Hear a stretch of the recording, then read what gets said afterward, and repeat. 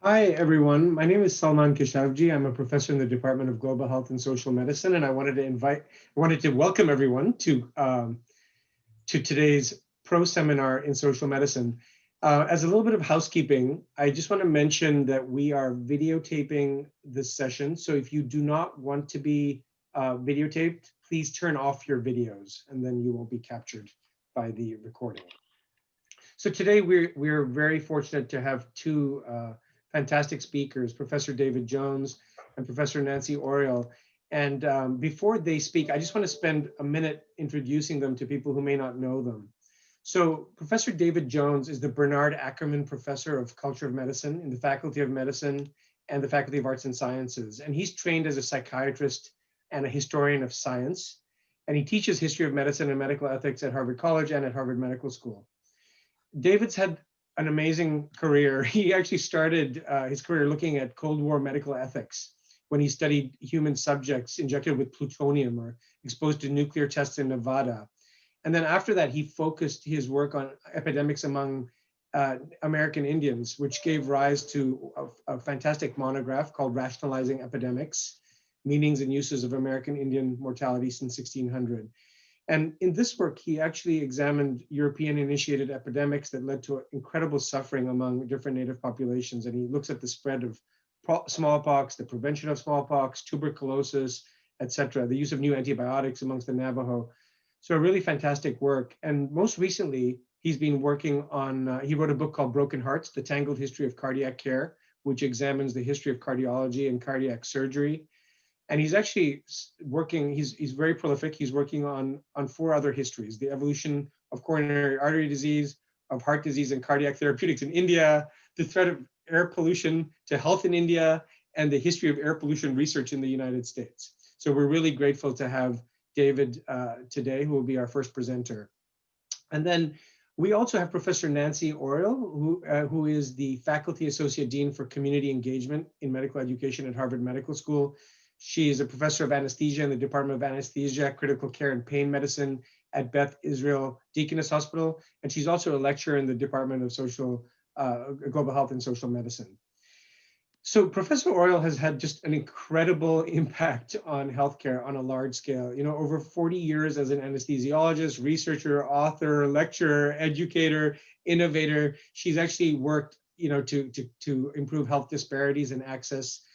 She's worked on education, you know, cultural education, biomedical literacy in minority and socioeconomically disadvantaged communities. She's also has a long history of public service. In the early 1990s, she launched what's known as the Family Van, which is a mobile health clinic that serves local Boston communities. And it's not just dealing with medicine, it deals with health education, counseling, preventive services, of course, screening for, you know, cholesterol and blood pressure and diabetes and obesity. She's all, you know, and really created a model for community health worker staffed clinics in different communities in Boston. She's also worked to advance medical education at Harvard Medical School. She created a clerkship that embeds senior medical students in community-based organizations in Boston and Alaska and New Orleans. And she's just been a force in social medicine, and we're so honored to have her here with us today. So let me invite Professor David Jones to start, and then we'll have Professor Oriol respond. David.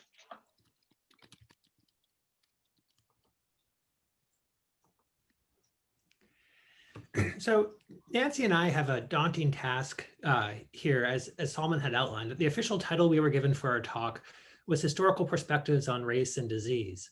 And after thinking about that over the course of this fall, I've decided that I will expand that title into a mandate for a broader conversation about historical perspectives on social medicine and the problems of race and racism. Our comments and my comments and Nancy's comments that follow are, of course, not meant as a definitive statement on this subject. I don't think such a thing is possible. The conversation that we're having in this series about race and social medicine has already been begun by Alan several weeks ago, and then by Joya and Michelle last week. And I'm sure that it will continue through many of the talks that follow.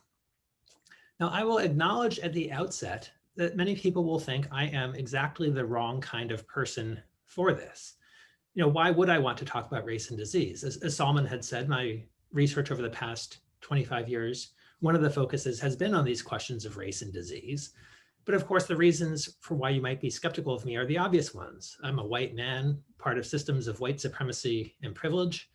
And since my time in grad school, I've been told repeatedly that I am not the right person to be talking about race and medicine. So one thing I want to try to do is to explain why I have persisted and why I believe that the problems of race and racism need to be the focus of everyone's attention and everyone's work if we're going to make any progress with these difficult questions. So I'll begin with a broad overview of how race and racism have been woven into the analyses and missions of social medicine. I'll talk briefly about how we struggle with some of this in our own medical school here at Harvard and in Boston, and then outline various ways that we can engage, work that I have done and our colleagues have done. And then Nancy will then share her perspective based, as you'd heard from Salman, on a long career on the forefront of this work. So I first encountered social medicine in the fall of 1993 as a first-year medical student at Harvard Medical School. And at the time I was taught the framework that you heard Alan mention in his talk, the 3 pillars of social medicine of the sort that Arthur and Alan and Byron and Leon Eisenberg and Mary Jo and others taught at that time about the social production of disease, the social meanings of disease, and the social responses to disease. Now, I've been thinking about this, and I don't remember sitting in these classrooms that race was a specific focus of their work or this analysis, but it was still a pervasive presence. It wouldn't have been at the top of the list. If you said, do you consider yourself a race scholar? I don't think any of them would have said yes. But of course, as Alan had described, his work had made important contributions to our understanding of Tuskegee. Anyone who was at all in the orbit of Partners in Health and the Institute for Health and Social Justice in the 1990s would have come across Brian Stevenson and the Equal Justice Initiative, the various conferences that Paul hosted at the Institute for, at PIH in their annual conferences. And it's very easy to map problems of race and racism onto these frameworks of social medicine. So let me talk about this issue of the social production of disease. One of the things that anyone, I think, in the field of social medicine would say they do is apply critical social theory to the problem of disease. And if you do that, especially looking at the history of the United States, you cannot avoid the problem of race. For over 500 years, people in this continent have observed race-based health disparities in the Americas. First with the indigenous populations that the Europeans found when they arrived here, and then with the Africans who were enslaved and brought here for their labor.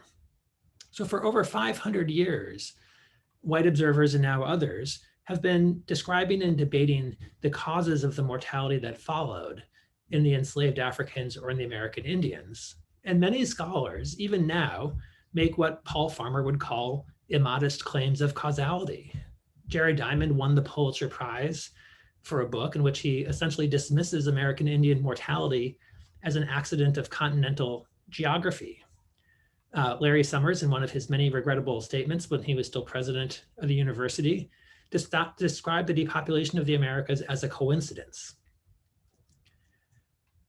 Scholars in social medicine, myself included, and our allies in history and anthropology have pushed back against these irresponsible accounts of what happened to the American Indians and the enslaved Africans.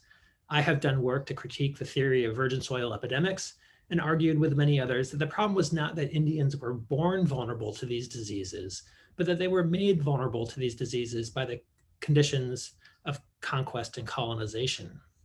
Scholars in these fields have increasingly used the language of genocide to describe what happened. Personally, I balk at that. I'm not convinced that genocide is the right term to describe everything that happened everywhere in the Americas, some places more so than others.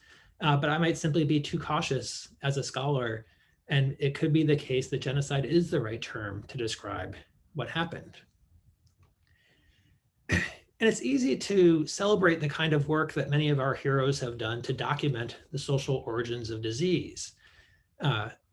Unfortunately, many of these analyses, even within social medicine, have themselves been tainted by racism. Rudolf Virchow is someone who we often like to identify as the founding father of the field of social medicine. And in 1848, as many of you have read, he was sent to Silesia in what is now Poland to investigate an outbreak of typhus. And he offered primarily a biopsychosocial analysis that we all appreciate, blaming the problems of this epidemic on the nature of Prussian colonialism in Silesia and the consequences of structural poverty on this population. And he wrote many of the quotations that many of us have cited many times in our own work and lectures, that physicians are the natural attorneys of the poor and social problems to a large extent fall within their jurisdiction. This has, in many respects, been one of the founding quotations of our field. But Virchow was also deeply, deeply racist towards the Silesians whom he had been sent to investigate.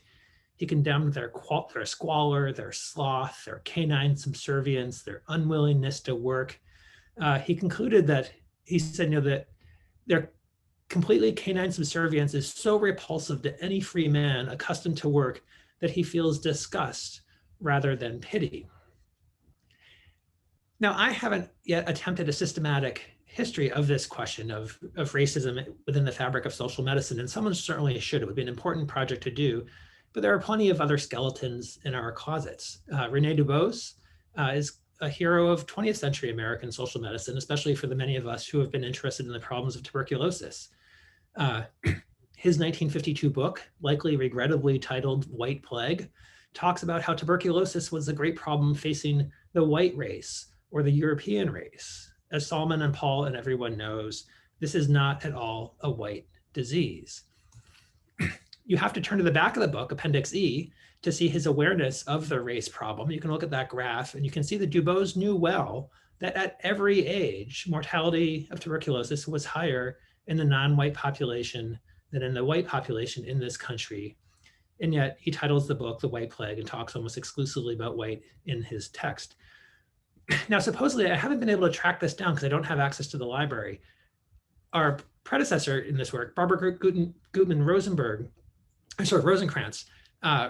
wrote in a foreword to a reprint of this edition.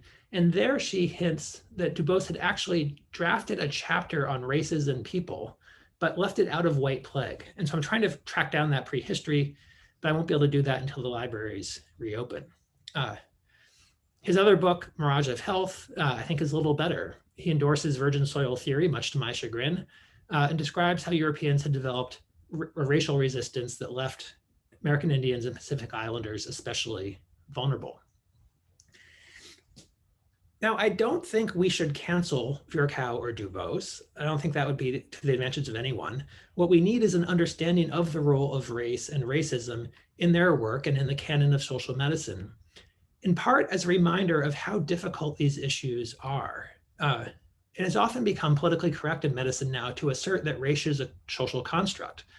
But as Troy Duster, one of the country's most prominent African-American sociologists, and many others will argue, it is misleading and potentially dangerous to say that race is just a social construct, because as social epidemiologists and medical anthropologists have shown, race and racism structure nearly everything in American society. These are potent forces that have real consequences. The social exposures become embodied and internalized. They alter our bodies. We cannot turn our attention away from these problems.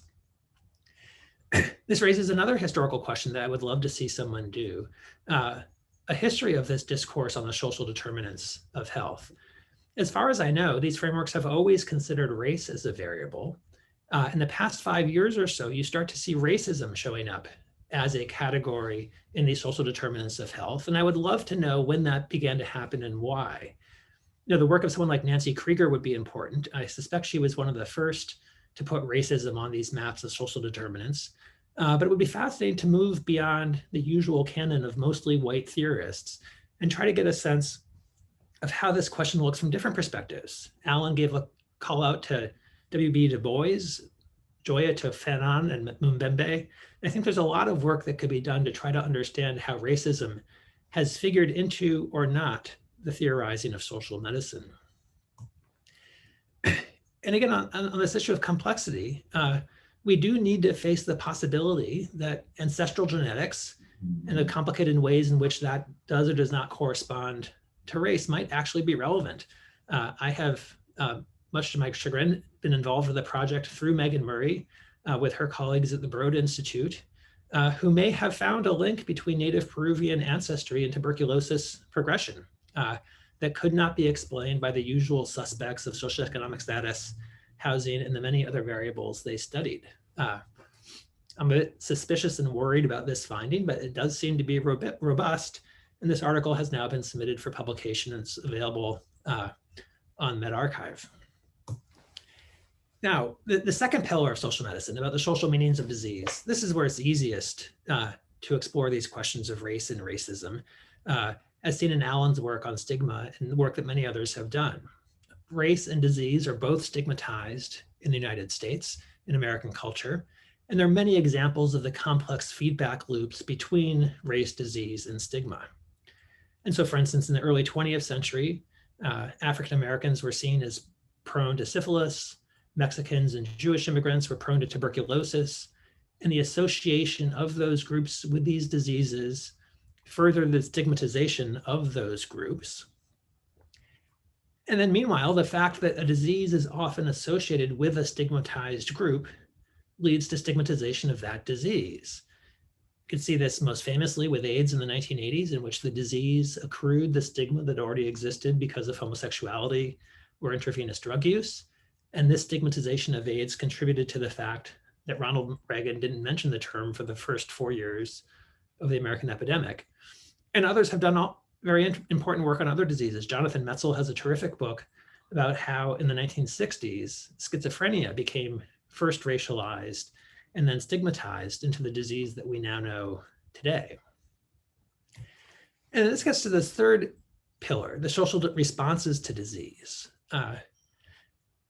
At first pass, I think this is largely a history that social medicine can be proud of.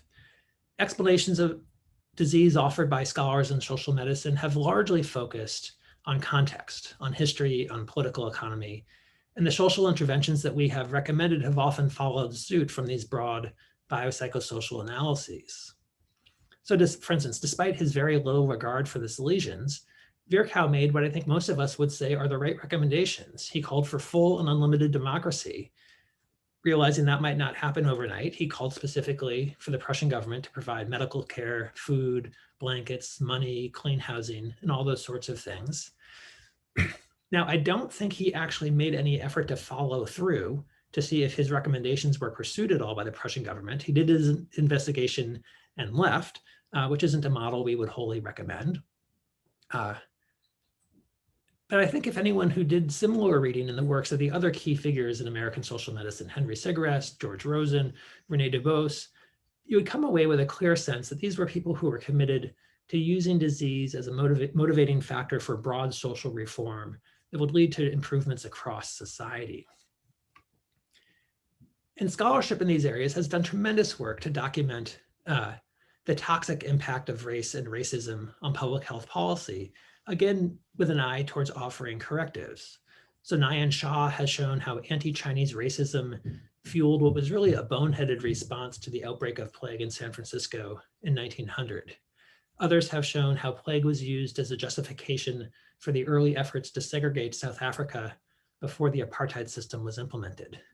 There's been recent work showing how lack of access to care, to medicine or nursing on the Navajo reservation led to extremely high mortality from influenza in 1918. But that epidemic in general hit white populations as hard as it hit African Americans or immigrant groups, but it was the American Indian population who had the unusual susceptibility to that epidemic in 1918. And there are many social medicine reasons for why that happened. But again, the situation here quickly becomes complicated. So when I took my first social medicine class in 1993, and Scott Podolsky was in the class with me then, I suspect this was the curve we were most asked to remember by Rob Martinson, who was the professor of the course then, Thomas McEwen's famous graph of the decline of tuberculosis from England and Wales. McEwen is a complicated figure. He was a leading proponent of social medicine in the United Kingdom. He worked to reorient the National Health Service away from acute care towards providing chronic care. He wasn't a critic of medicine per se, only of certain kinds of medicine. And his intent here was really the mission of people who advocate for the social determinants of health. We need to address upstream variables, especially poverty, if we're going to combat disease.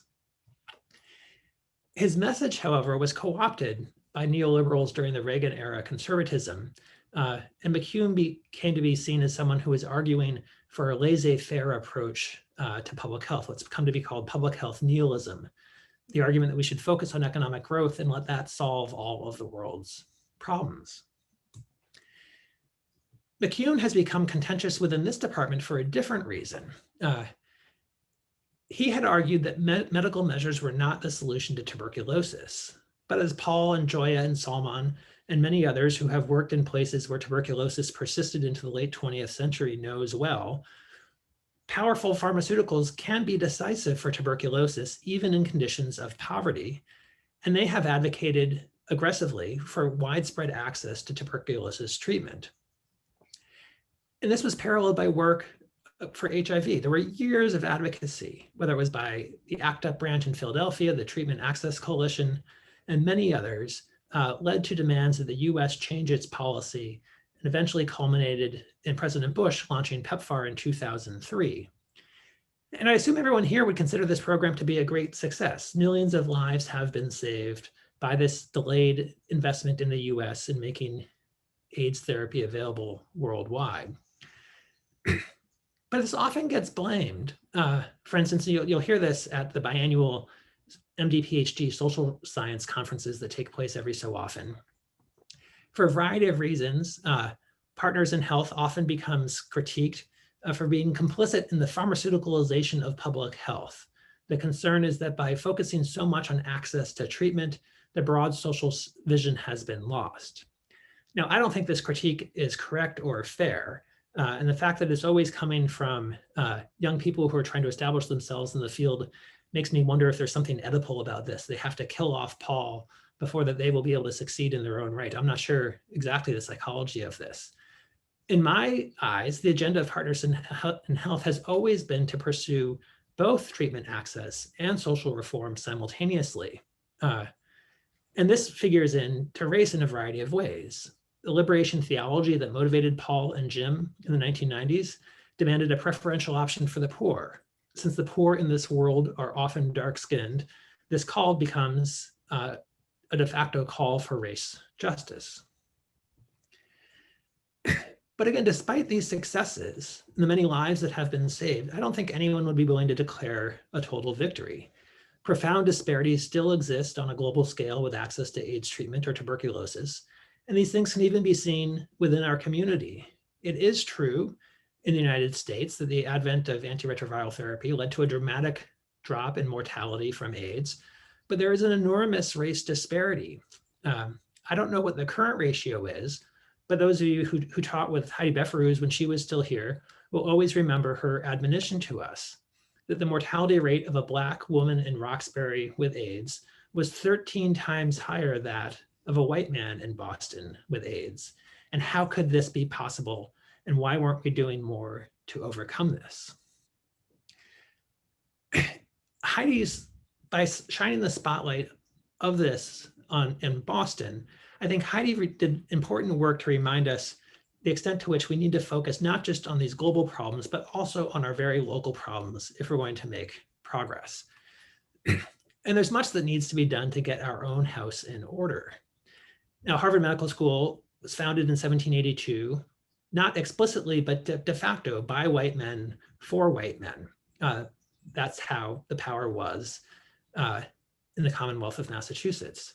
In 1850, Harvard Medical School did admit 3 African-American students, expecting that they would then go off and do their medical work in Liberia, not stay within Boston.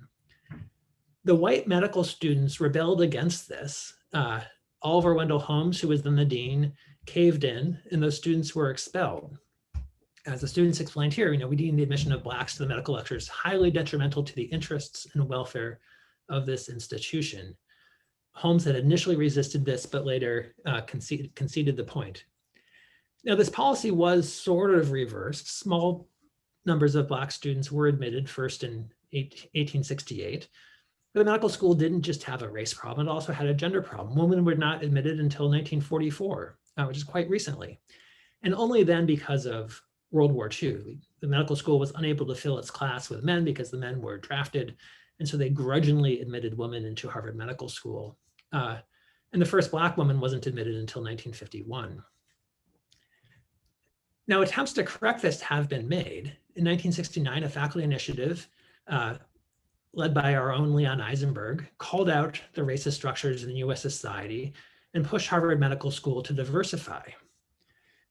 As Leon wrote, all of us have tolerated if we have not created a social structure whose outcome has been racist, whether it was consciously intended or not. To the victim, it has mattered little whether the outcome was intended. The medical school faculty took up a collection to pay for scholarships for poor minority students. David Potter, who was my neuroscience professor, traveled the country recruiting minority applicants to try to get them to Harvard Medical School. And this led to a lasting change in the student body. When I entered in 1993, Harvard Medical School had become a majority minority class. There were more women than men, more non-white students than white students. But faculty diversity has not followed suit. Students at the medical school realize that there's little diversity in the teaching faculty, in the course directors, in the senior ranks of the faculty, especially the quad faculty, in the department chairs, and in the dean's office. The medical school has tried to fix this for years, but I don't think it can escape the critique that it hasn't tried hard enough to succeed. There have been small successes.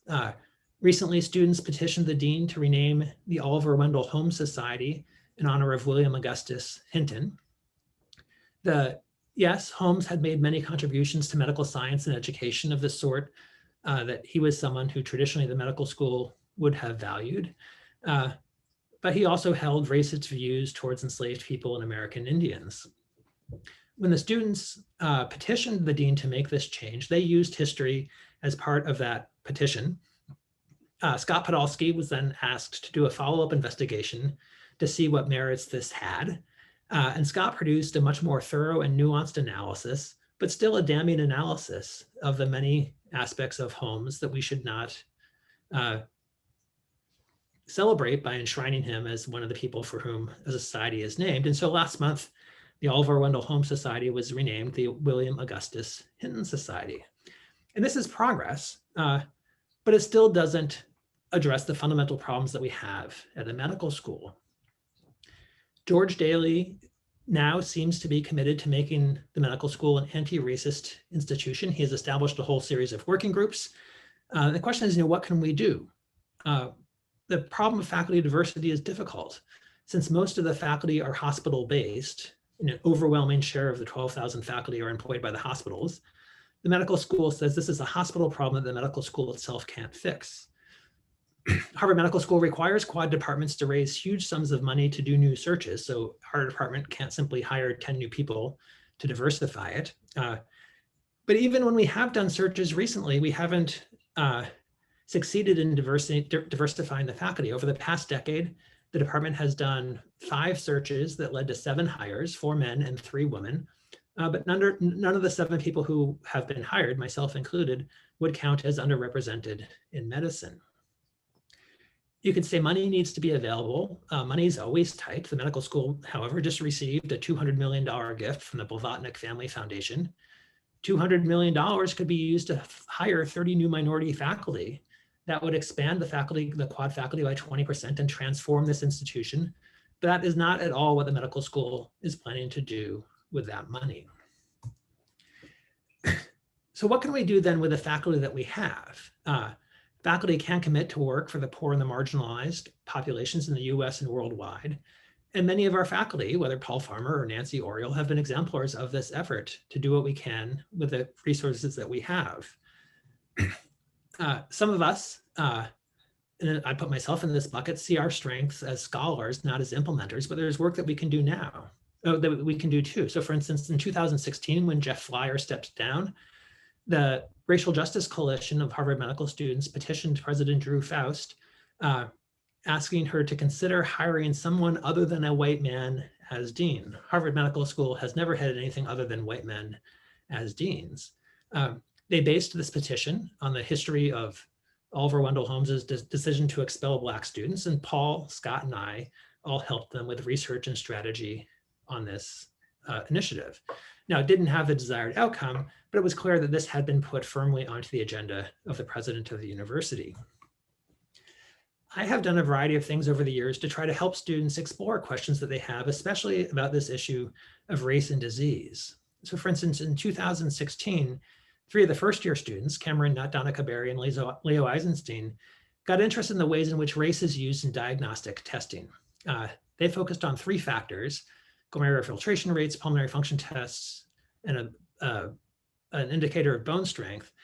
And in each of these tests, the outcomes of the test are adjusted based on the race of the patient. So there's the race adjustment algorithms. They were unable to get their work published for a variety of reasons, which was very frustrating to the scholar and me. But they were able to collaborate and ally with Melanie Honig, a nephrologist at the Beth Israel Hospital. And in 2017, they got the BI to stop race correction for glomerular filtration rate. That was the first country in the hospital to do so.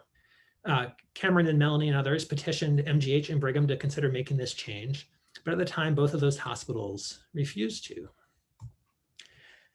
Other students picked up on this work, sometimes directly inspired by the work that the Harvard students were doing. Some of them came to this problem independently. And so this push against race correction for glomerular filtration rate quickly became a national movement at a few medical centers across the country, at Penn, UCSF, University of Washington.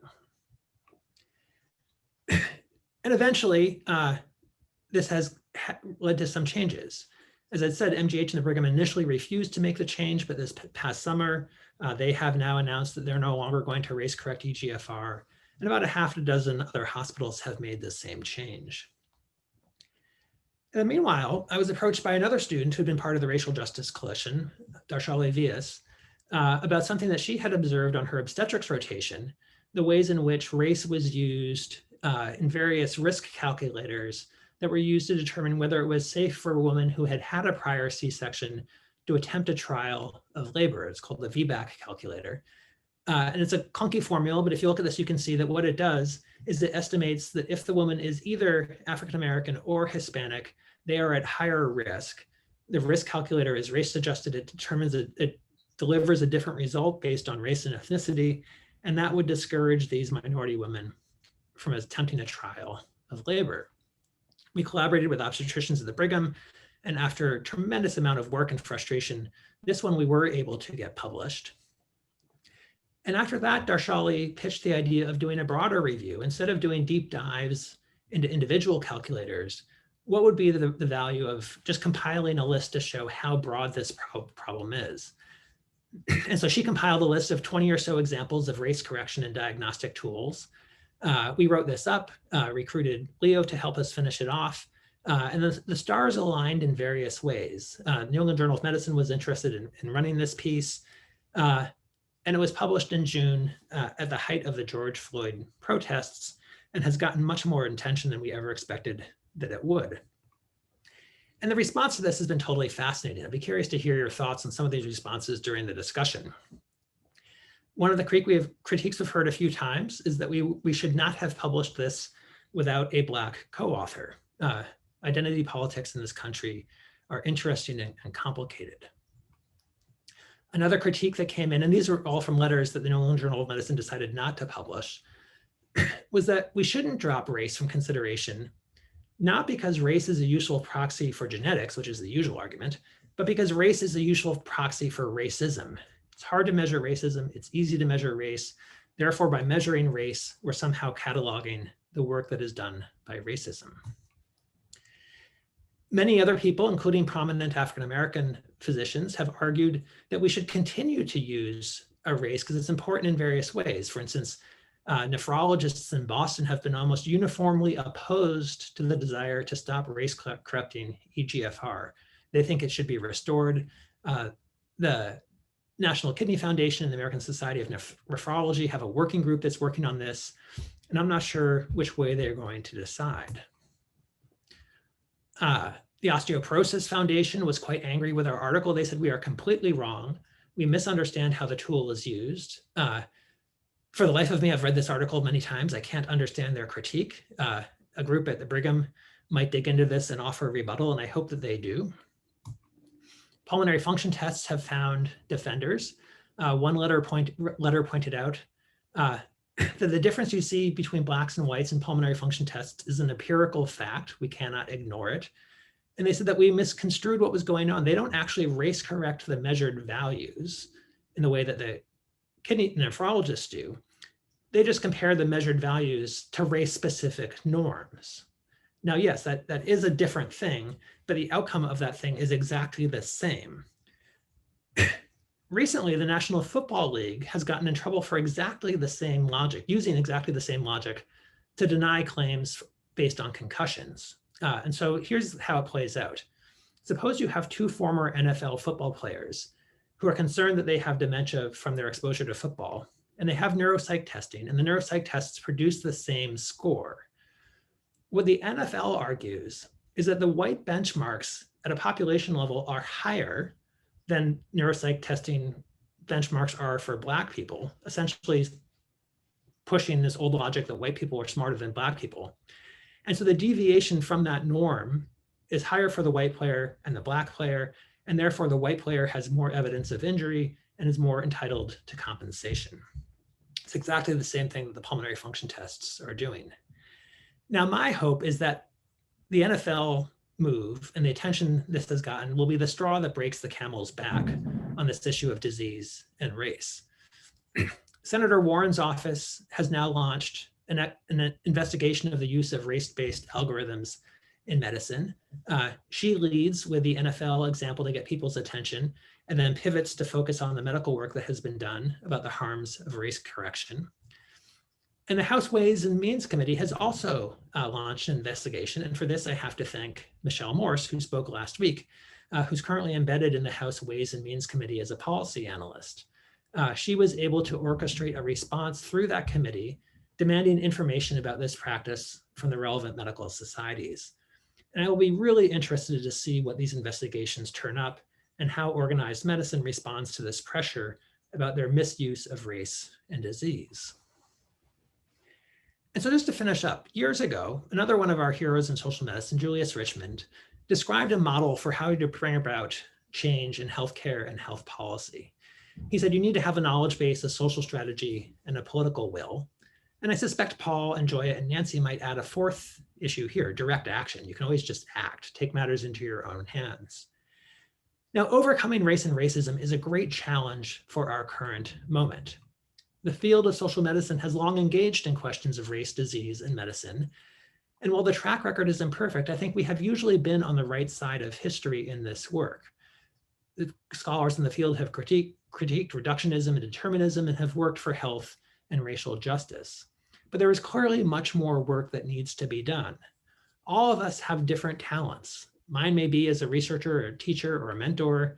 Joya, Paul, Michelle, Salman, Nancy, and many others are implementers, as well as researchers, teachers, and mentors, and everything else. If we are to succeed, everyone needs to engage in whatever ways they can be most effective.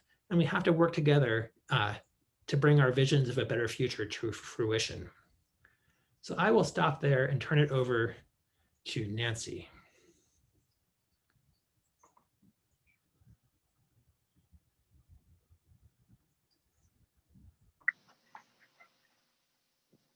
Nancy, I don't think we're hearing you. So am I, okay. But now we are, go ahead. I'm here, and David, that was spectacular. What a call to action.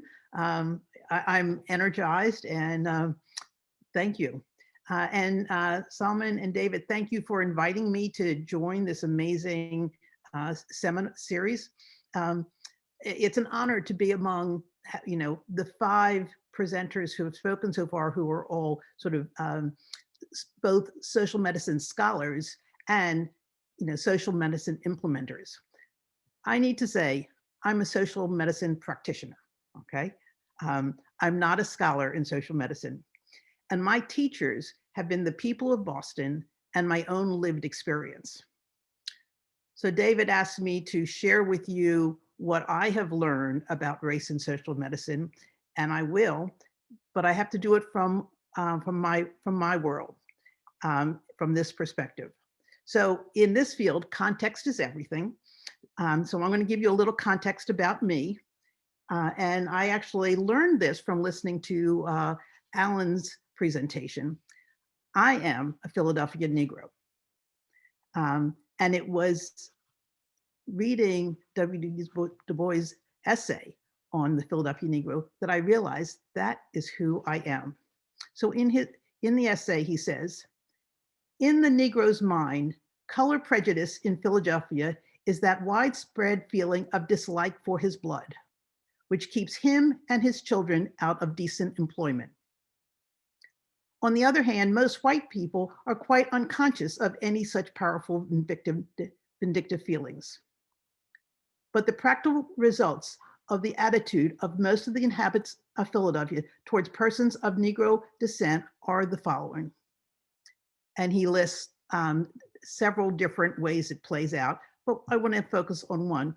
As to work, no matter how well trained the Negro may be, or how fitted for work of any kind, he cannot, in the ordinary course of competition, hope to be much more than a menial servant. Du Bois found this reality for women, for education, and for social intercourse. He wrote this in 1899. But this was the Philadelphia that my father taught me about. This was his Philadelphia. My father and his family immigrated to Philadelphia from Haiti in around 1915. His father had been a railroad engineer. He built trains, he ran trains, he repaired trains, he loved trains. He was a skilled metal worker, and he thought bringing his family to Philadelphia, he could, get work and continue, and have a good life. Well, after many failed attempts at getting a job, he finally got a job as a porter on the B&O Railroad. And as soon as he started to work, the porters went on strike because they didn't want to work with a Black man. His heart was broken. His spirit was broken. He never worked again. And my father had to go straight from high school to supporting his family. So he never got to be the engineer he would have been. And my father, in order to support his family, he worked the majority of his life as a building superintendent until he wanted to help his two daughters go to college when he got a second job as a night watchman. And then, like all working poor, he had no time for his own health, and so he died a premature death. My father was also an avid reader, and as I read Du Bois's essay, I heard the lessons my father had instilled in me about prejudice, distrust, and self-efficacy. And it crystallized in me how I came to understand structural racism and where my practical knowledge of social medicine actually started. So my understanding of the social production of disease is embedded in the lived experience of people, of growing up in Philadelphia. And as David said, there are three pillars of social medicine: social production of disease, social meeting of disease, and social responses to disease, which brings me to why I'm here. It was the people of Boston who taught me about the social responses to disease. And it's these lessons that David has asked me to share with you. So more context. I'm an anesthesiologist. I lived my life in the operating room. That is the world I knew. And I was specifically an obstetric anesthesiologist. So I spent my time taking care of women in labor, which means I would spend a long time getting to know them and with them in sort of the trials and tribulations of childbirth. And it was in that environment, and as an anesthesiologist, you see many people in one day. So, over my, 15 years as an obstetric anesthesiologist, I took care of a lot of patients. Well, one particular patient was brought in unconscious, and she had to have a stat section. And, we immediately, sort of took care of her. She was in distress, the baby was in distress. And they survived. And so afterwards, I wanted to find out from her what had happened, because at that time in Boston, all pregnant women had health insurance. And I wanted to understand, what had happened to this woman? Was it a lack of prenatal care? What was the problem? So when I talked to her, she said that she had health insurance. She had an obstetrician. She liked her obstetrician. But when she started having a headache, she didn't feel that she could ask her obstetrician about something so stupid. She didn't want to feel stupid. She didn't feel she was entitled to bother somebody, and she didn't understand that having a headache as a pregnant patient was a disaster. So she had a seizure at home and came in distress. I took away from this, again, remember, I left Philadelphia a long time ago and became a Harvard-trained anesthesiologist. I took away from this that there were people who didn't, in Boston, who didn't understand that they didn't understand their own health. They didn't understand how to reach out to resources. They didn't feel self-confident enough to reach out to resources, and they didn't feel like the healthcare system was made for them. So I wanted to try to make that better. This is sort of, the response to a social medicine issue. But I'm an anesthesiologist with no training in social medicine. So I did what I could do, which was go to the people of Boston and work with the people of Boston to figure out what's the problem and how do we fix it. Now, it was sort of interesting around when this happened, which was 1992, there was a lot of discussion about infant mortality. And the conversation was that the solutions were prenatal care and insurance. And as I talked to the people of Boston, those were not the issues. The issue was more than transportation. It was more than insurance. It was more than prenatal care. It was knowledge, a sense that you're worthy of care, and the ability to sort of access care and trust the care that was there. So with the people of Boston, we built the family van. And you saw a picture of that at the beginning. Well, the family van is now 28 years old. It goes into 7 different communities in Boston. We worked with the community to decide what we would do, where we would do it, and how we would do it. And this gets to a couple questions that David asked me. So he asked, one, how did people feel about having Harvard folks come out into Boston? Well, the people who work on the van by design are community health workers. The program is run by community health workers. In 1992, they weren't called that back then, but that's what they were, and that's who they are. The other issue is in Boston, there are an infinite number of doctors, and there are an infinite number of neighborhood health centers, and they're all wonderful. But there are a lot of people who don't feel comfortable with any part of healthcare. So what's interesting, the family van by design is staffed by people from the community, but has connections to the community health centers and to the major institutions. So this was what the people wanted. They didn't say, we don't want to go to the hospital. They just wanted to have a way to feel more comfortable as they access what was here. So this is how I learned social medicine from the people of Boston. The other comment you made was about disease being a motivator. Absolutely. And it motivates us as physicians and us as scholars, but it really motivates the people who are living with it. And it's their brilliance that we should mine in order to start imagining new answers. It was the brilliance of the people of Boston. And when I say the people of Boston, I mean everyone. We talked to the community health workers, we talked to the CEOs of neighborhood health centers, we talked to the prostitutes, we rode on the Women's Awareness Resource van. We talked, in fact, one of my main collaborators was a lay midwifery group that was doing attending home births in crack houses of women who refused to come into the hospital. They were our experts. They were the people who taught us what to do. And as a result, we have a 28-year-old program that has that's alive and well, and we have proven that we actually make people better. So that's what I've learned from my scholars being the people of Boston, and I'm delighted to share it with you. Thank you so much, Nancy. I really appreciate that. Thank you, Nancy and David, for just incredible set of reflections. And maybe we'll open it up to our group to ask any questions or share any thoughts or reflections that you have about race and medicine and social medicine and working and learning from the community.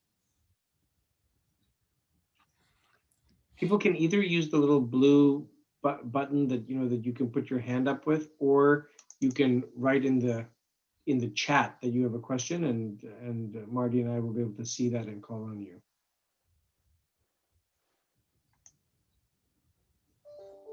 especially, of course, for our students, our graduate students. This whole series is designed to ensure that we're thinking about social medicine together in a way that will construct better health delivery, more equitable health delivery for everybody. So feel free to ask any questions that you have that will help us in that mission. I see Denise. Denise, do you want to ask your question? Excuse me. Well, actually, it's sort of a comment, but it'll roll into a question. I am an emerita from Emory University School of Medicine. I'm a perinatologist / OBGYN, currently working on a book about implicit racial bias in medical education. And I think as we look forward to trying to diversify medical faculty, issues often come up about CVs, qualifications, etc. And that's the source of the problem when Harvard is looking around for who should they hire for faculty positions. There isn't a broad swath. Now, part of that is the result of the fact that African Americans drop out early in the search because we spend our time coping in a hostile environment that is full of implicit racial bias that continues to denigrate us, and people just get tired of it. But there are also the financial considerations. So people have a lot of debt. Academics pay less than private practice, so they fall out there. But even the people who stay in academic medicine are often burdened with extra chores because diversity is assigned to them. So they have to spend their time on diversity committees. They spend time trying to mentor other African Americans in the environment. They spend time just soothing wounds and trying to provide social shelter for people below them. All that time takes away from their ability to build their CVs, right? So they don't, in the end, have the kind of qualifications that all of these search committees are looking for. So part of the process has to be a change in the way the criteria for who should be advanced are evaluated, because there are lots of candidates who actually are appropriate and who've done a lot of work around getting research done, but they haven't had time to get the props that then show up on their CV. And also, frankly, they lack support from departmental mentors who push them forward to get the opportunities to do those things. David, Nancy, any reflections on what Denise has laid out so clearly?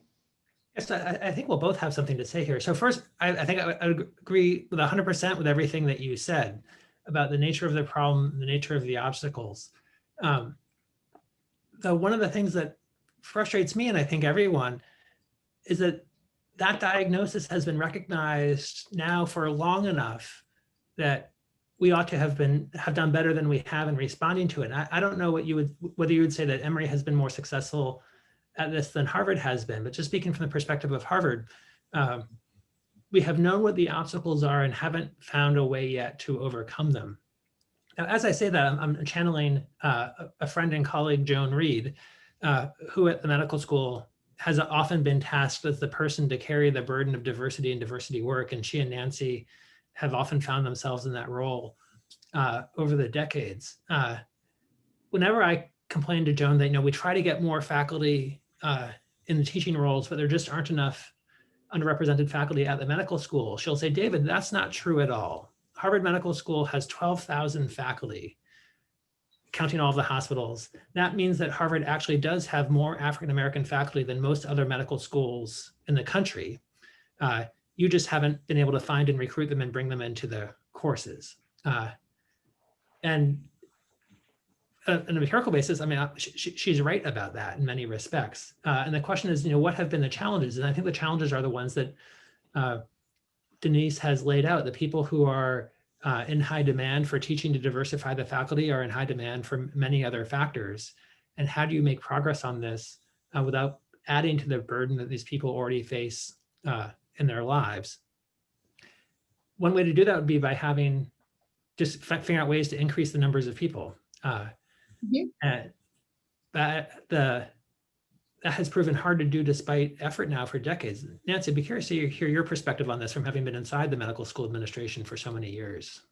So Denise, I completely agree with everything you said. And in fact, I sort of add two more problems that I see. So I was Dean of Students for 19 years.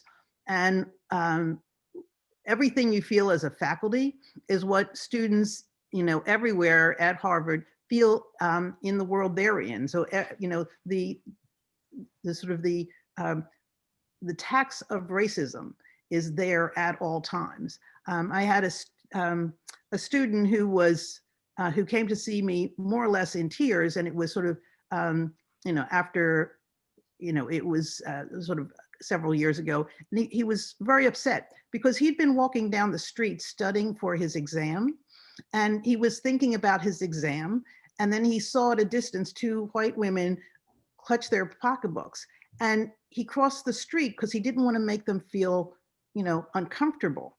But he was so upset that he just wanted to study for his exam, and he had to waste his time and energy. And it just hurt that he had to think about that, whereas somebody else could just walk down the street and not worry about that. His studying was impacted by the racism of people walking down the street. So I hear what you're saying, and I double it. The other thing is a group of us. One of the issues is a lot of people who feel compelled to do, as you're saying, to actually build the social medicine solutions. When you do that, you don't necessarily get credit for that. And so there are people who feel compelled because of race to give back and do work that's actually not going to be academically valued. So I do think that there is a move afoot, at least to broaden the categories of what is considered academically valuable, and that might begin to help. But I don't have an answer, and I completely agree with what you're saying.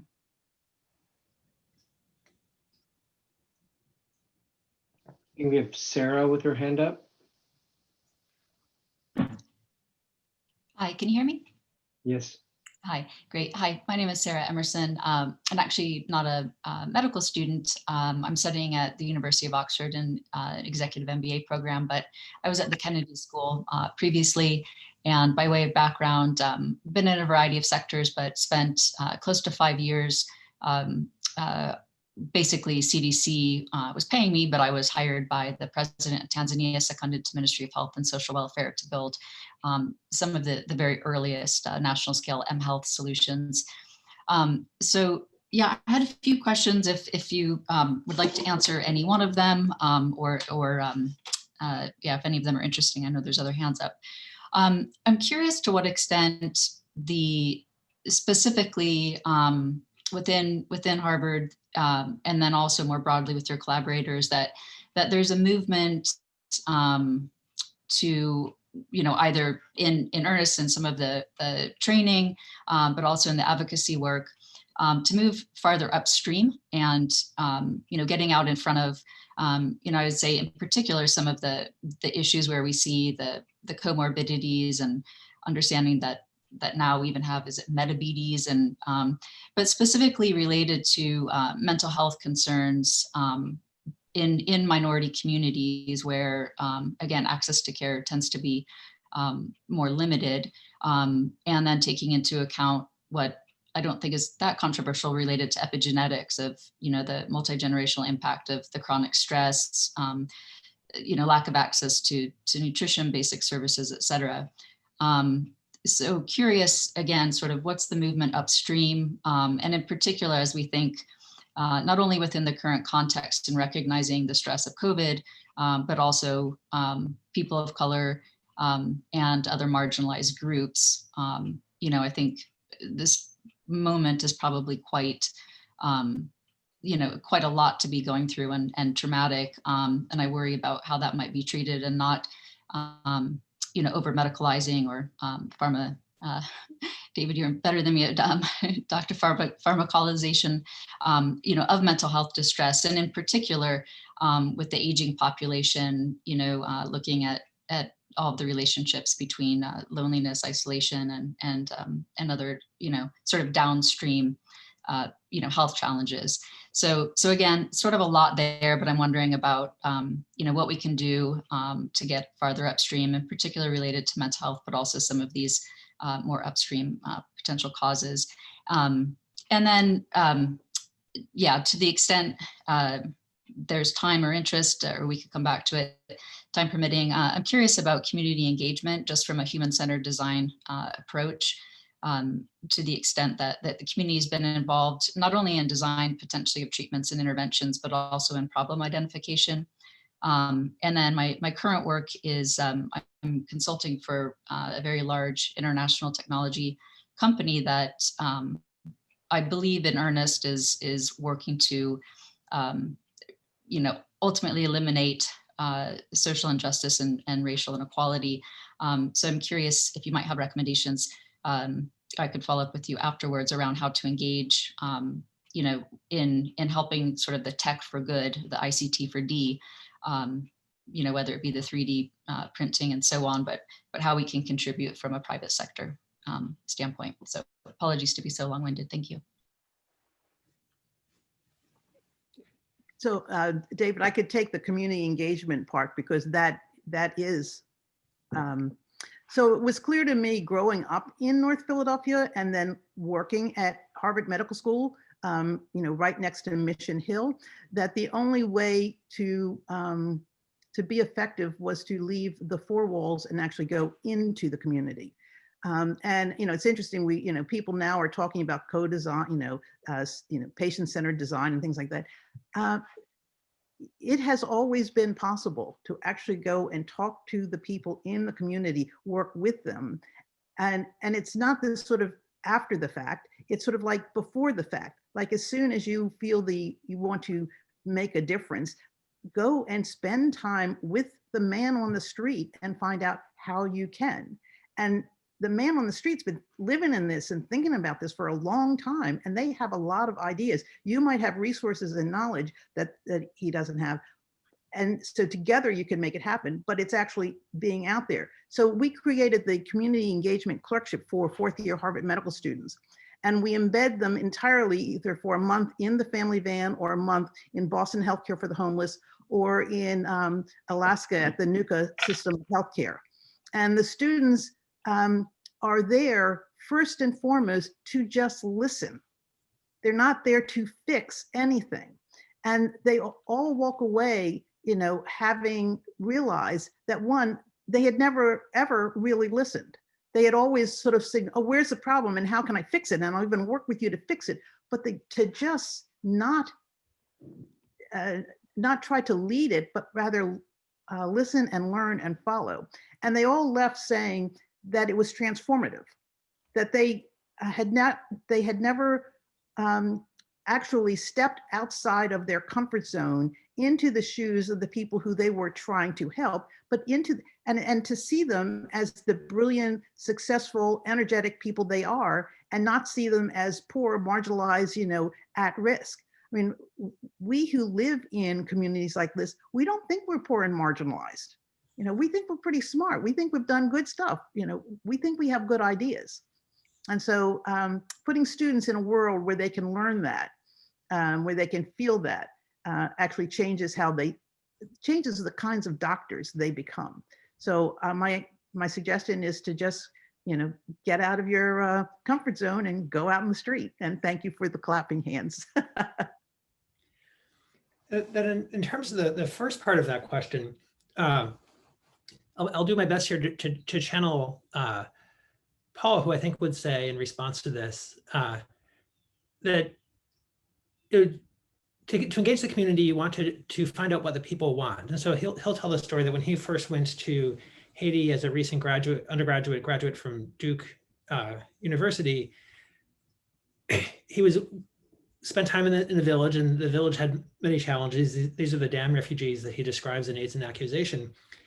And so he and the priest he was working for asked what they wanted, and they said they wanted a school. The priest said, okay, we're on that. That's what the church knows how to do, build a school. And they also said they wanted a clinic. And since Paul was about to start Harvard Medical School, he was not yet a student, he was tasked with being responsible for building this clinic. But so, it's community engagement through responding to community needs.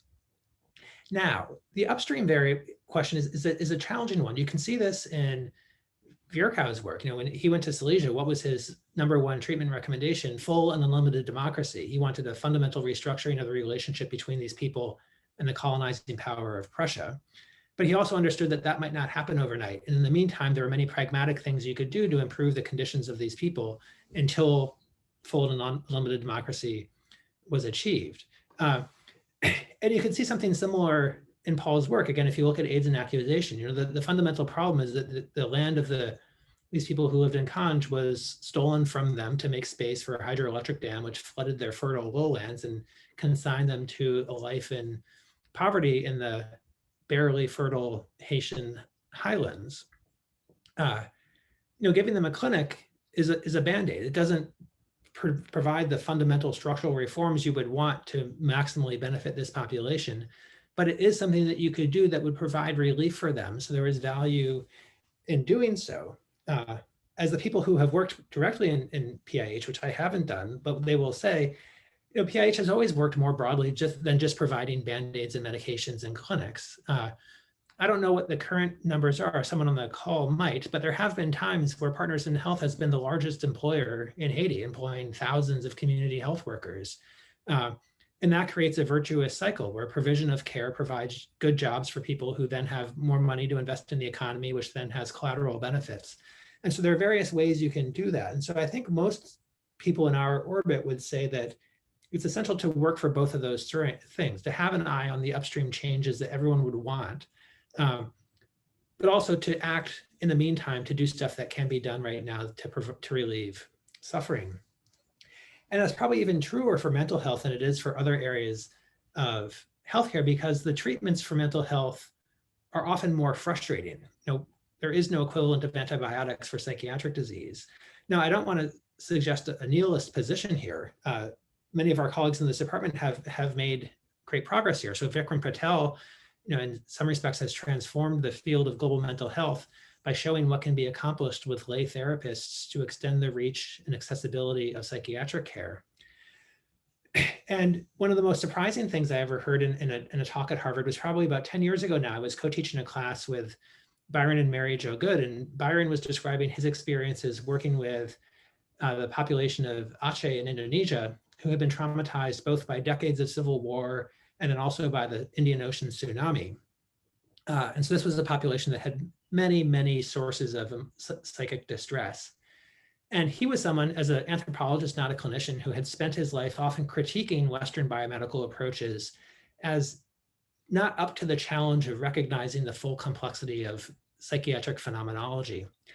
And so here he is talking to medical students, and they said, well, what do you do in this population? And he said, sometimes Prozac and Klonopin are really, really useful medicines. And I almost fell over in my chair when I heard Byron endorsing the use of antidepressants and anti-anxiety medicines in a post-conflict traumatized population.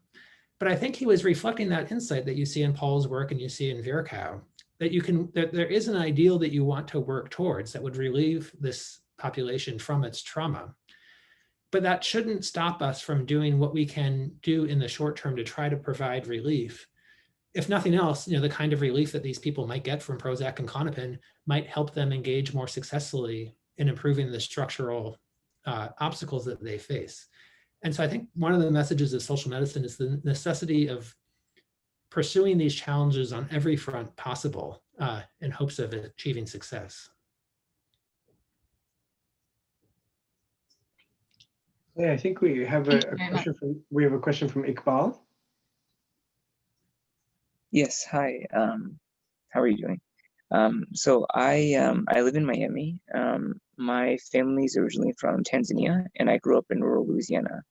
And for a long time, I think sort of within our family, there's a strong tradition of social justice work. So this is more directed towards Professor Oriol.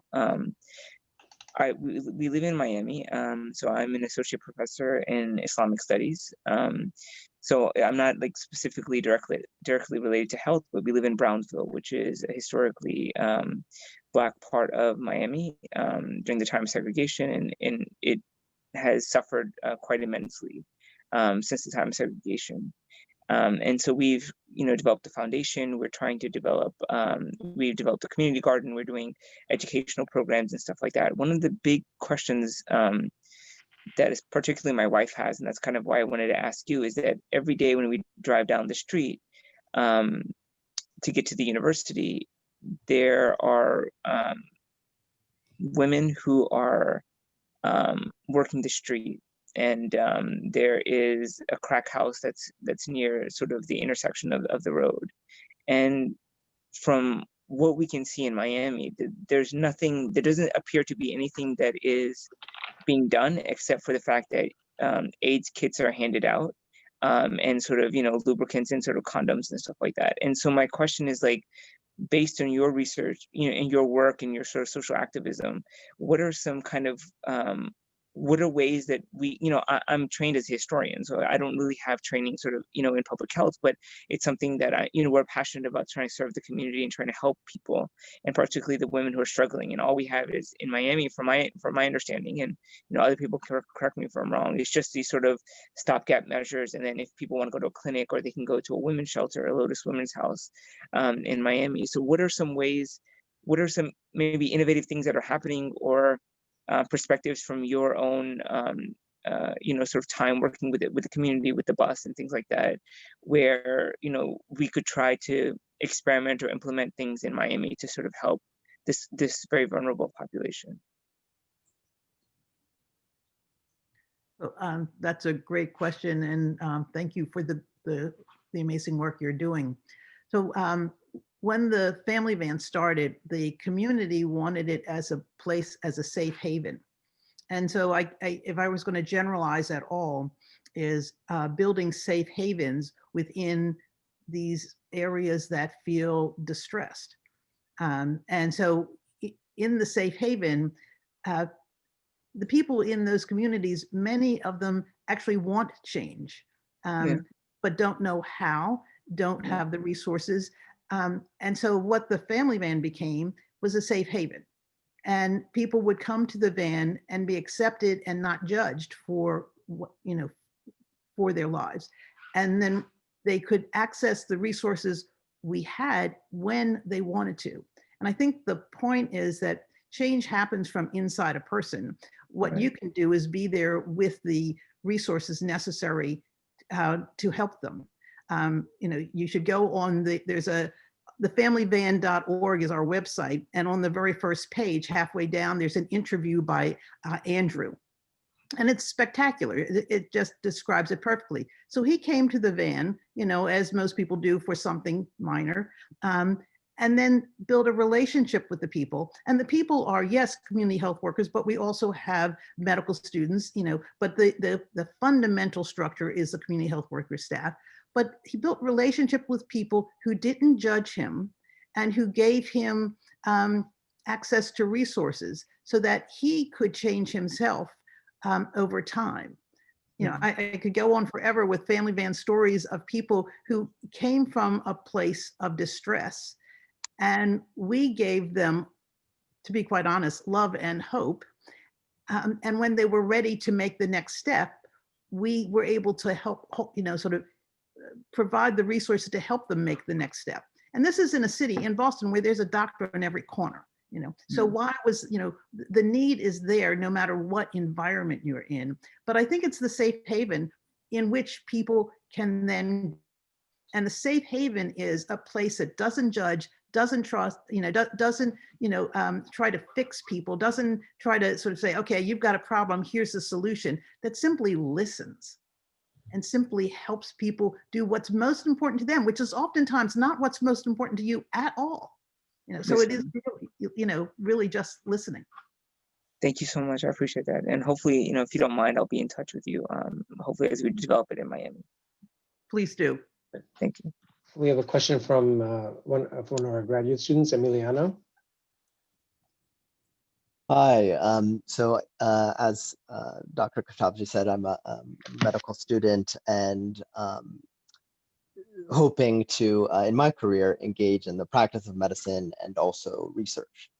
And so I was curious to hear about sort of your own personal engagement with the work that you do and how you got there, because both of you deal with the effects of persistent racist understandings of history. For example, I took a course with Dr. Jones as an undergrad, and I can't tell you how many times I speak to someone and then speaking about the history of medicine in the US, and then virgin soil theory comes up. And when there are ideas such as the limitation that the general public is very limited in their ability to engage with their own health, when you have ideas that are so deeply embedded within not only the general public but the medical establishment as well, I'm curious to hear about what strategies you both have used to move that conversation. What is your own understanding, or what is your understanding of your own role in both the short and long term at this nexus of academic engagement, policy engagement, and praxis? And sort of as a follow-up then, what helps you stay engaged and motivated and prevents that nihilism that you spoke about from sneaking in? Yeah, so I could talk forever about my frustrations about the endurance of virgin soil theory in American public discourse, and this time period between Indigenous Peoples Day, until recently and still mostly considered Columbus Day, and Thanksgiving is such a funny time, or frustrating time. I mean, Joe Gone could speak much more evocatively about this than I could about what that's like for the indigenous population of the Americas to have these 2 days continue to be celebrated when they mean such different things to different people. I don't carry that burden myself. I carry the burden of an incredibly vexed researcher who has to listen during this 2-month period every year to story after story after story in progressive venues, in New York Times, on NPR, where this theory gets brought out and sees the light of day, and again suggests that there was something wrong with American Indians and that's why they died. And I think that's such a dangerous precedent to have that continually reinserted into public discourse, because every time something goes wrong, the default in so much of the American population is to turn to these intrinsic factors of susceptibility. You can see this with COVID. One of the things that people recognized by early April was that COVID, like most epidemics, was taking a dire toll on minority populations in this country. That included African Americans, Hispanic Americans, American Indians, not Alaska Natives for interesting and complicated reasons, at least so far. And it was just a matter of time before you'd start to see people making genetic explanations. And sure enough, there was an article published in JAMA back in September identifying some allele of some prostate-related gene, and the researchers were arguing that this is what was contributing to the vulnerability of African Americans in this country. And it's just so frustrating to see that defaults be so hard to budge. And the resistance comes from every level. I gave I gave a seminar at Brown University once, and the most senior American historian at Brown said that what I was saying couldn't be true, because if it was, then he has been teaching his students incorrectly for his whole career, and that just wasn't possible. And it was hard to figure out a polite way to respond to that. I remember one year in the social medicine class for first-year medical students, a student came up to me afterwards and said, again, I had to be wrong, because Jared Diamond had been his undergraduate advisor at UCLA, and Jared Diamond was such a wonderful person.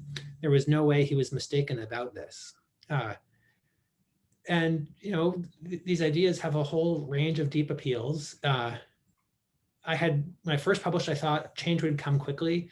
Now I realize I'll spend the rest of my career trying to re-educate people about this point in hopes of progress being made. I think anyone engaged in any of this racial justice work has to have that long view, because we're not going to get overnight solutions to this. Nancy, did you want to add anything to that? So yes, I agree, with what you're saying and how you feel. What's interesting is, as an anesthesiologist, my scholarship is all about blood gases and things, sort of how nerves are working, and not so much about the social side. Whereas my action is out on the street in the social side. So keeping the two separate has been wonderful for me, and my work on the street, I guess what I feel I can do is bring the voice of the street into the voice of the academy. And we've done things like interviewed our patients, or not our patients, done interviews, and then sort of done an analysis of why people come to see us and, what role we played. In fact, Dr. Richmond was one of our advisors, and he knew the successes we were having. And he said our job was now to crystallize why and share that with mainstream healthcare. Now, so I think there is something to learning from the successes that are out there and bringing them into mainstream healthcare. But how we change the minds and hearts of medicine is another problem. I mean, having a clerkship for senior medical students in community engagement is a lovely thing, but that is not, doesn't even come up to incremental. That's like a couple people at a time, and that's it. So yes, we need to change the hearts and minds of an entire profession. Nancy, this is a good segue to a question from one of our students, Nanajay, who's written it down, and him and I have had a back and forth to clarify it. He wants to know, what has it been like as a woman of color trying to go, break through medicine and work in these communities? Like, what was it like? What were the challenges you faced, and what strategies did you use to overcome that? So that great question, especially since because of the way I look, people often assume I'm white. And depending where I am, people assume I'm white or not. So it puts me in a very interesting position as to what I hear and how I am reacted, how people react to me. So when I went into the community, and again, I'm from Philadelphia, I'm not from Boston. So I was going into a community that was not my home, but I went in and it felt like home to me. And I think my reaction to being at home meant everybody I was with felt like I was part of their home.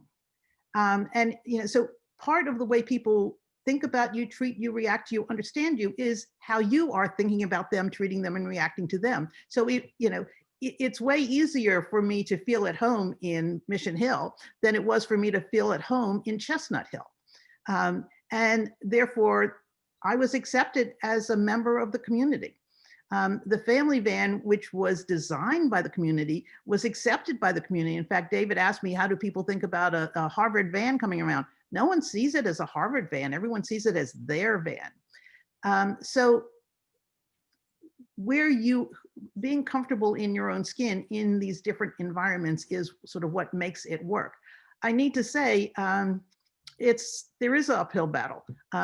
I was invited to be on the board of trustees at the Beth Israel Hospital. And I was invited because I'd started the van and they were proud of the work I'd done, and they wanted to have community representation. They wanted to hear what I had to say. And one of my close friends said to me, oh, well, you got that position because you're a twofer. You're a woman and a minority. So, you go through, you get these onslaughts all the time. And all you do is, I don't know, let it roll off of you. And I guess now that I understand that my father was training me from W.B. Du Bois' perspective, it was do your work, move on. But to be quite honest, don't trust. I always was, I didn't know that I didn't expect that I would be truly accepted and loved by the white academy that I had become part of. And if you don't expect it, then you're not hurt when you find out you're not. So when, my colleague said, "Oh, you're a twofer," didn't pull the rug out from under me. I wouldn't have expected anything different. It's still a tax, though, which is really interesting. It's a tax on your psyche. Yes. David, there's been a couple of comments about Virkov. Professor Hildebrand said there are no heroes. However, while he did not actively change things in Silesia, he did become a liberal politician and sit in the Berlin parliament, helping establish sanitation works to stop cholera. And Ileana said, just a small remark, one of the main issues in Silesia was a colonial situation, rich German, poor Poles. And one of Virkov's main recommendations was to allow schooling in the native language, that is Polish. Maybe you want to reflect. I think you were pointing out that he was a man of his time, but maybe you want to talk a little bit more about that. No, I certainly agree with both of those points. When we used to teach that case at Harvard Medical School as part of a global medicine discussion, and people would say, why is this, why are you talking about Russia, Prussia, and Silesia in a global medicine course? And it's because of that colonial context. You have people trying to deliver care against barriers of wealth and power and culture and language and everything else. And so that's the point about recommending schooling in the native language is spot on about the kinds of things that Virchow thought would be needed to help. And yes, Sabina is right that even though he came and went from Silesia, he devoted his career to these progressive causes. And I was thinking about him the other day. One of the things he's most famous for is very late in his career challenging Bismarck to a duel, because he felt like that was the thing that needed to be done. And I keep having this fantasy that maybe Tony Fauci will challenge Donald Trump to a duel to see what would happen. But I also saw that Arthur had his hand up, and I want to hear. Arthur can have the final word, in fact, the final question. Yeah, I want to actually ask a question of Nancy, whose work I've appreciated so very much as virtually every member of this department.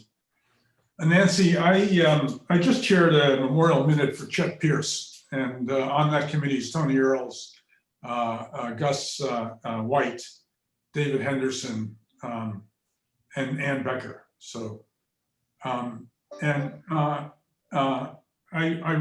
the memorial minute, I wrote something that Chet told me around 1999, 2000,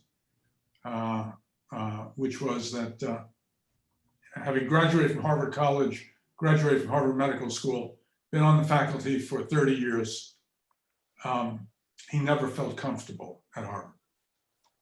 And it was a telling comment that I've never forgotten.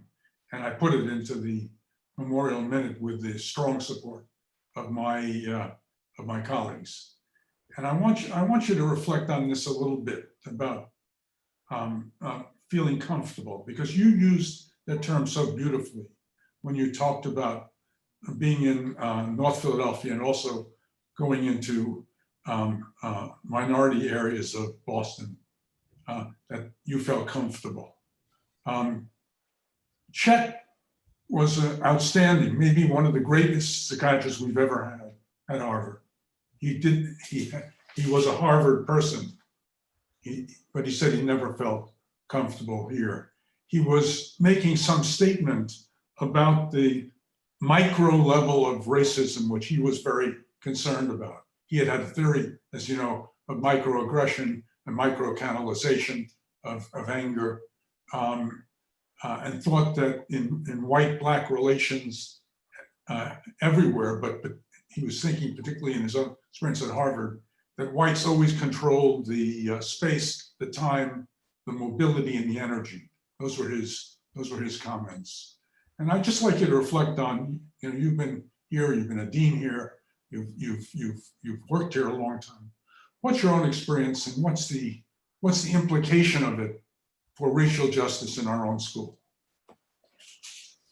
Wow, I wish it hadn't ended there, because your question actually brought me to tears. So when all the years that I worked at the Beth Israel Hospital and speak about feeling loved and wanted and accepted there, When I would go from one building to the next, I usually went through the basement because I felt comfortable there. That's where my father worked. So there is a discomfort.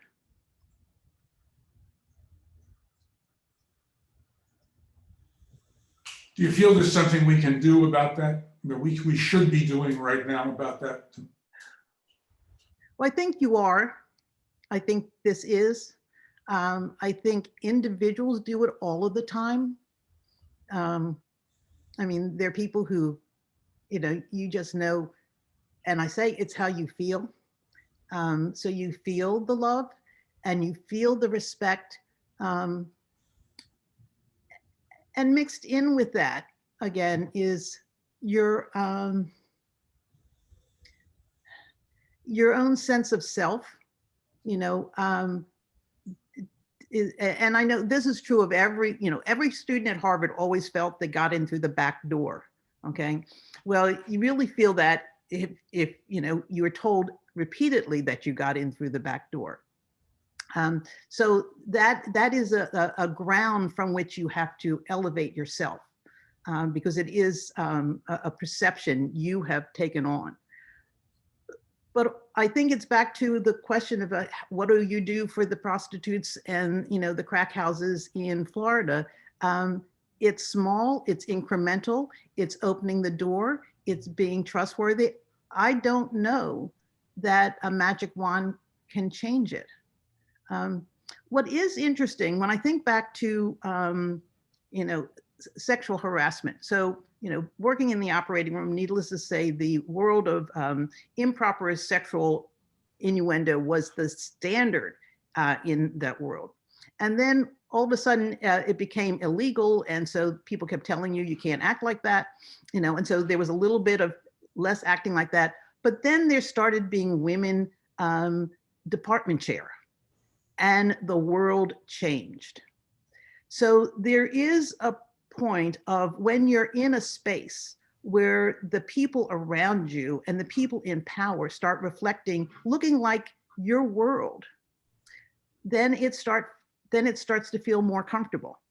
So I think the same will happen when there are more people in various positions of power, and not just the diversity. I mean, it's sort of like the black tax and the ghetto. It's sort of, that's when people will start feeling more comfortable. The students, the first year students used to come and volunteer on the family van because they said it was a cure for longwood-itis. So yeah, there's a little inflammation and we have to work on fixing it. Thank you, Nancy. Thank you. Thank you for asking. Well, everyone, this has just been an incredibly insightful session. I want to thank Professor Nancy Oriol, Professor David Jones. I hope I can see in the comments that people have had a really interesting questions, interesting insights. I hope for our students, we're able to see how to tease out some of these issues of race and history. And I think Nancy's point here at the end has just been really insightful for me personally, because we're focusing on changing faculty, we're focusing on students, but we're part of this very broad network of administrators, of other people. And you have to really think about what kind of wholesale transformation we're going to need to create the type of world that we want, especially in medicine and healthcare.